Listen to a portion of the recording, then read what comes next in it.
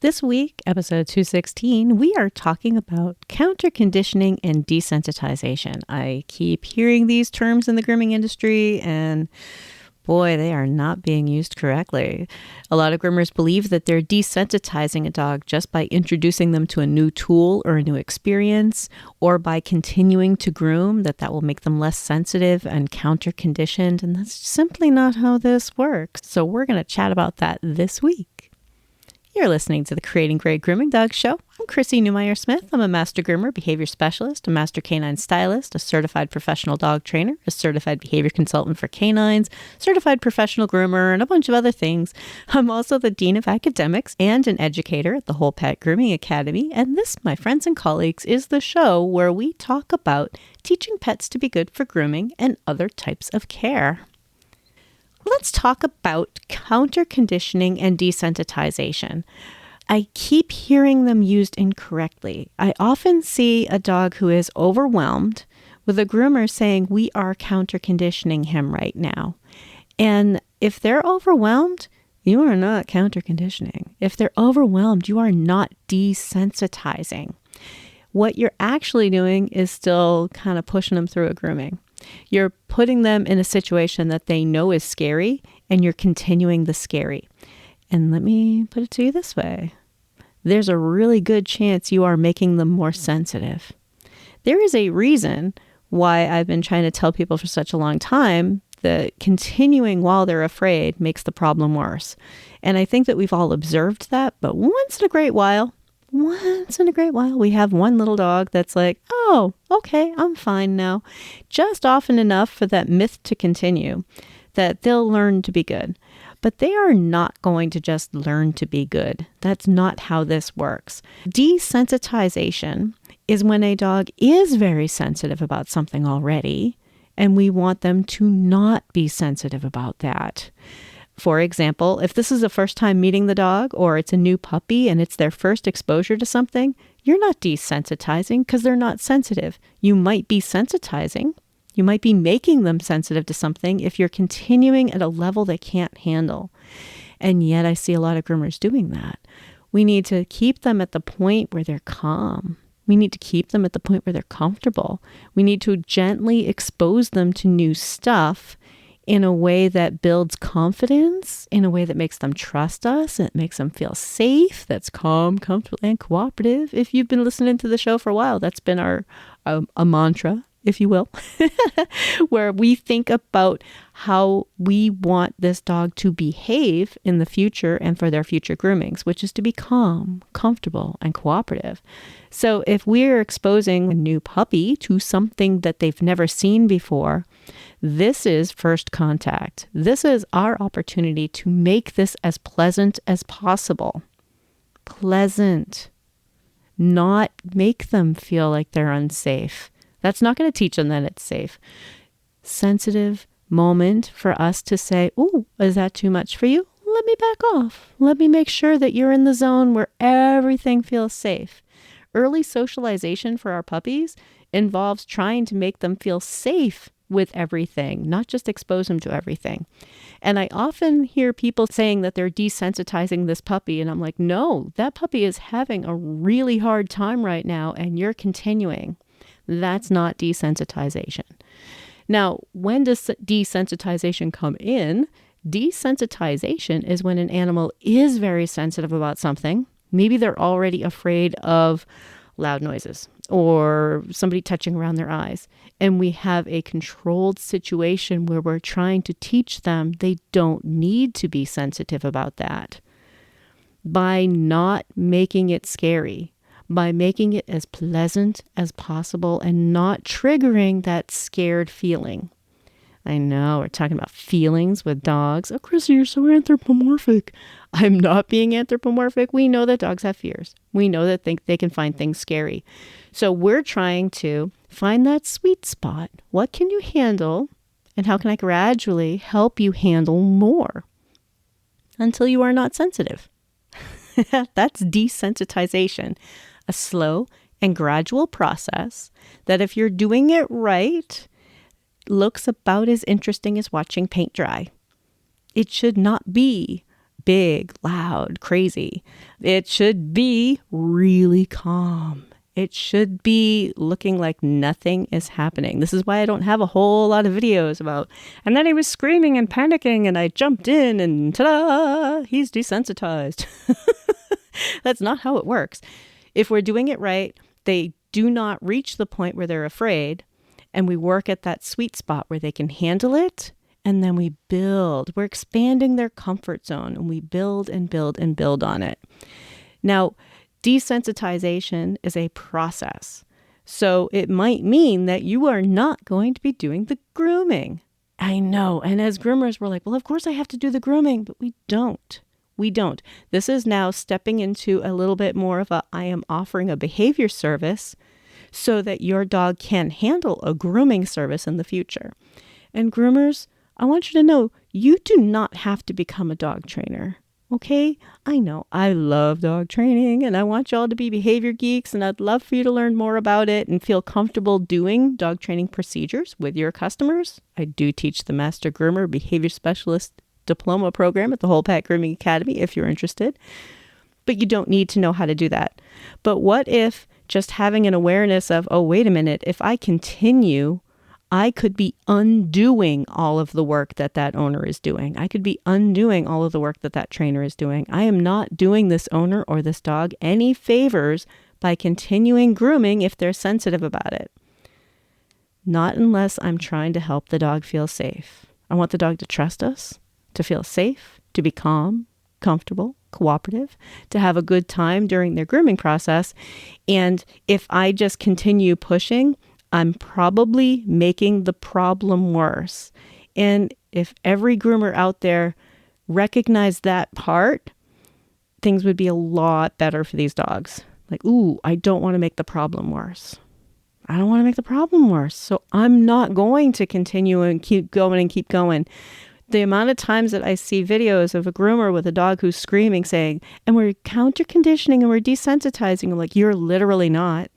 That is not how any of this works. Those are big words that you've heard. And you might be thinking, well, Chrissy, that's the way I was taught. Do you have any documentation? You can Google the word desensitization. You can Google the word counter-conditioning. You go ahead, Google it. There's tons of information out there that it is not just about forcing them through. We're not just continuing. They're not going to just figure it out. If they're panicking, you're not desensitizing. You're actually sensitizing. You're teaching them this is very, very frightening and people don't stop. You're teaching avoidance behaviors. You might be teaching aggression. That's not desensitization. Gradual, gentle exposure to something that we know they're sensitive to at a level that they can handle, at a level where they feel comfortable. Maybe that's I'm turning on the dryer, pointing it at the floor, and getting them used to, oh, the dryer turned on, the dryer turned off, the dryer turned on, the dryer turned off. Oh, that used to be scary. Now I'm kind of used to it. You don't even necessarily need to use food or petting or praise. What if you're just telling them a little bit about what's going on, giving them the chance to acclimate, to get used to things?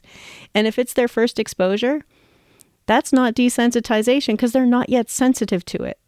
It's really easy to accidentally make them sensitive to it. So desensitization, controlled, gradual exposure at a level the dog can handle. We're not pushing them through it. We're not trying to assume that they'll just figure it out. We're not holding on to them while they're panicking or flailing. We're trying to teach them, hey, you're safe. Everything's fine. Let's make you less sensitive to something that you used to maybe think was scary. And it comes up a lot. And in the next part, we're going to talk about counter-conditioning, which is a separate process from desensitization, but also they go together like peanut butter and jelly. So they're often used together because they're really effective friends. So in the next part, we'll talk about counter-conditioning. I'm glad you're here enjoying the free stuff. If you're wondering, does Chrissy go into any more detail? Yeah, I do. I do that in the Master Groomer Behavior Specialist program, which is about 9 months to complete. We meet every week and we have modules online followed by live recordings.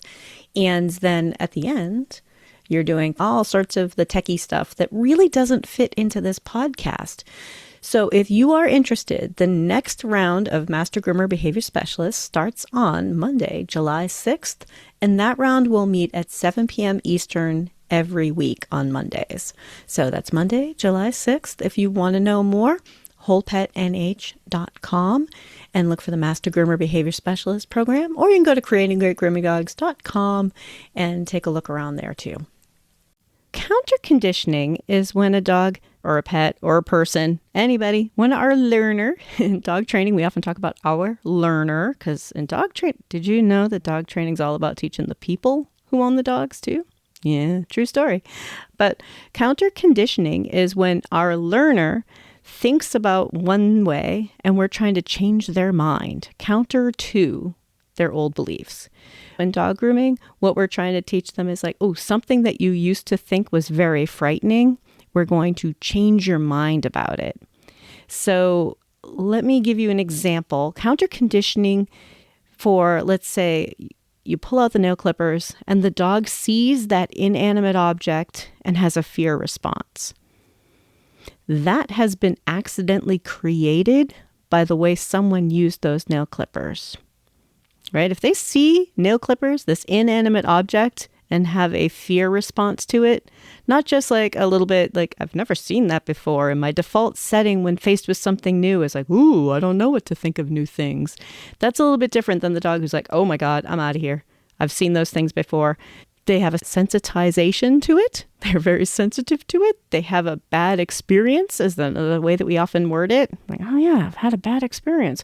So they see these nail clippers and they start thinking like, I want to get out of here. There's a fear response. And if we want to change that, first thing we need to do is we need to recognize where that fear response came from and never do that again.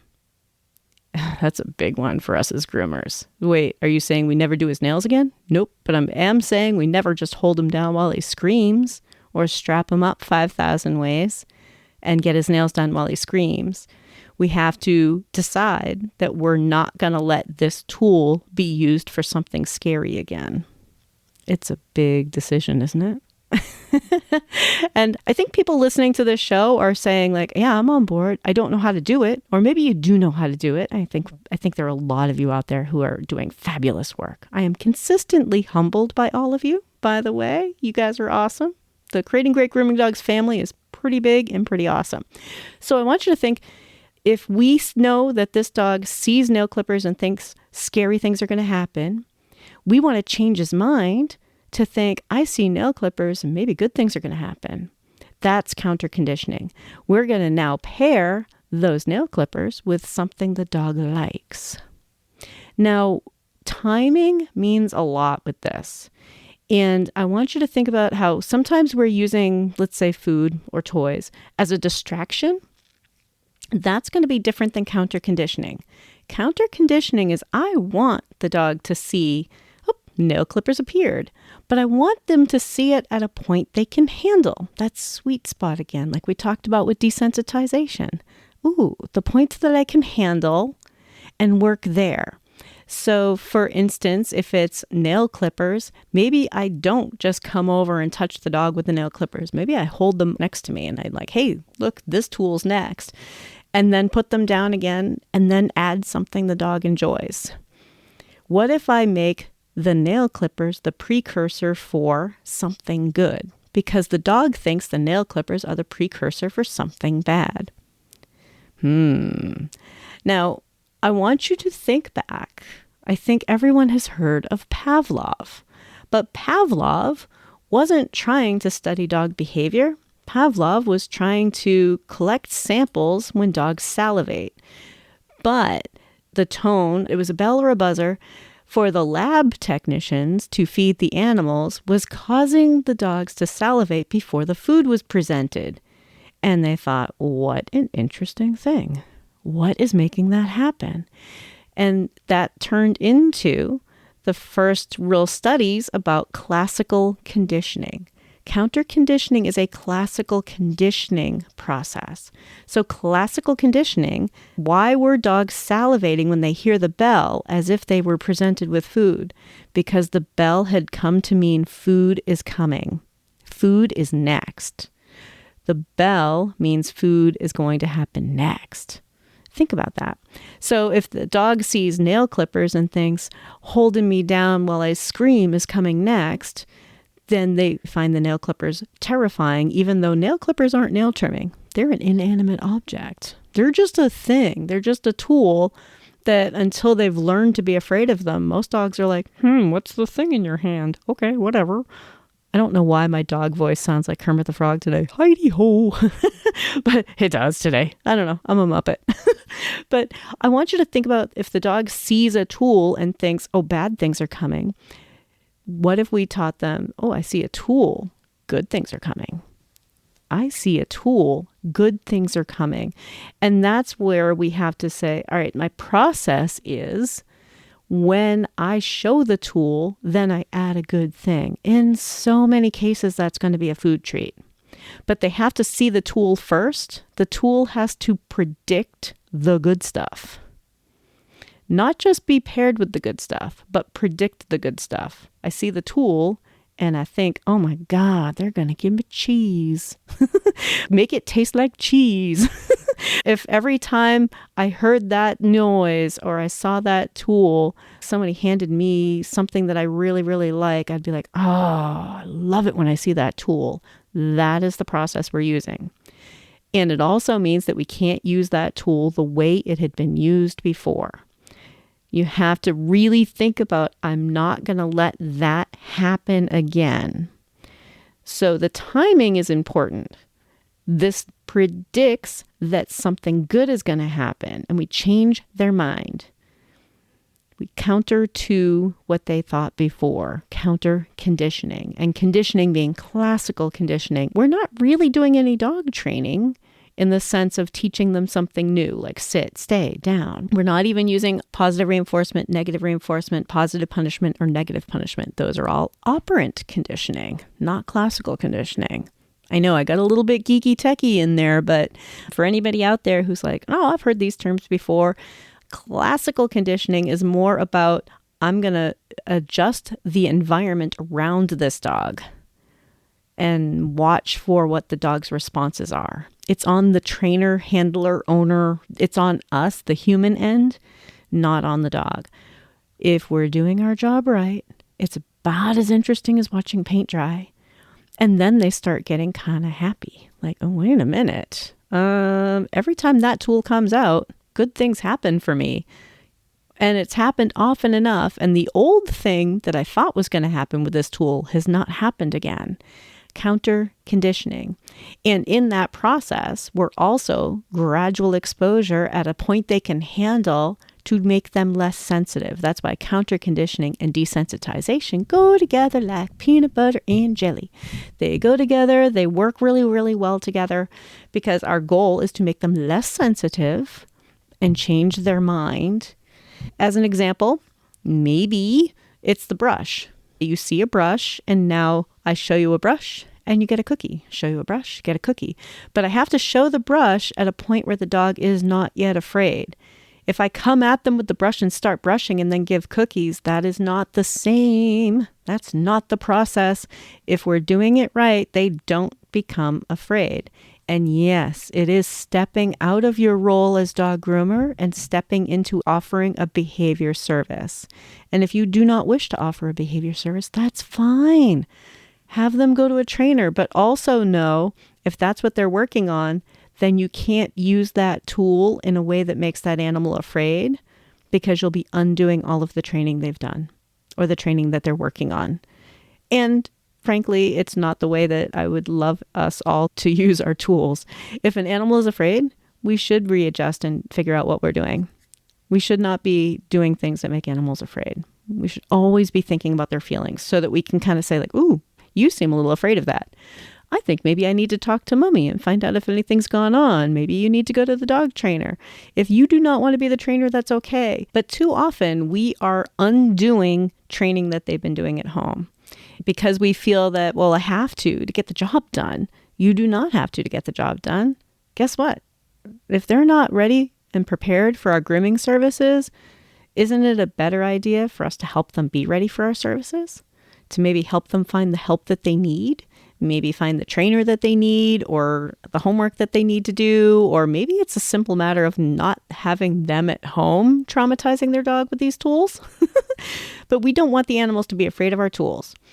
There are plenty of dogs out there who, with some work, we can change their mind. We can make them less sensitive. We can counter condition, change their mind through classical conditioning, Pavlov. And every once in a while, someone asks me, can you cite your sources?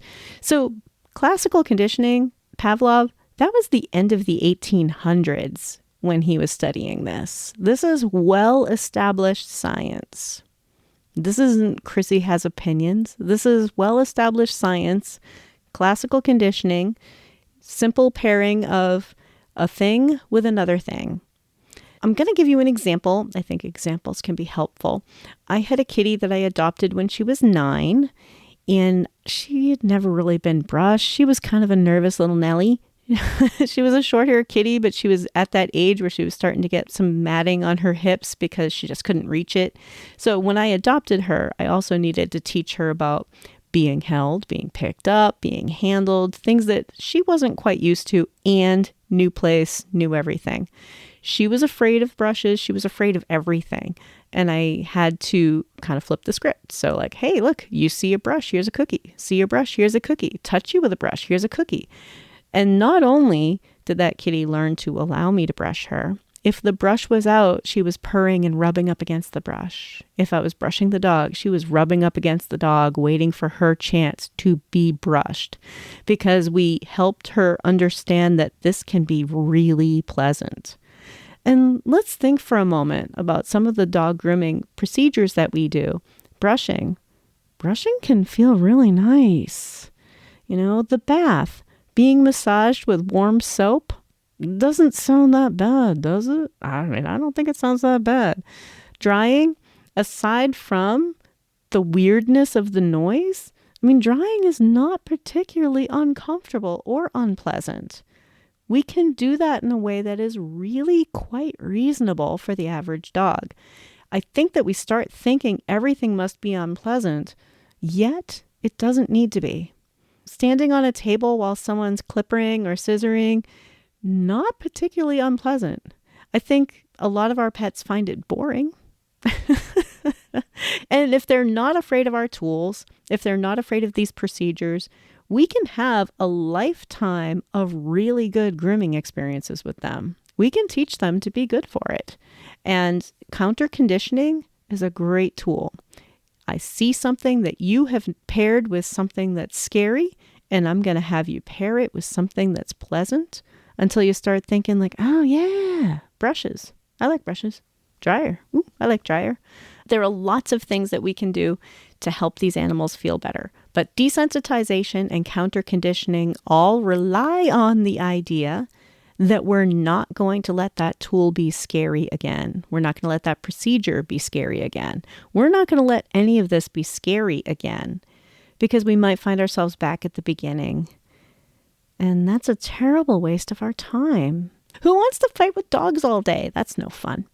Counter conditioning and desensitization are a process where the pet is still always feeling safe, always feeling okay, and we adjust how we do stuff and things to the dog.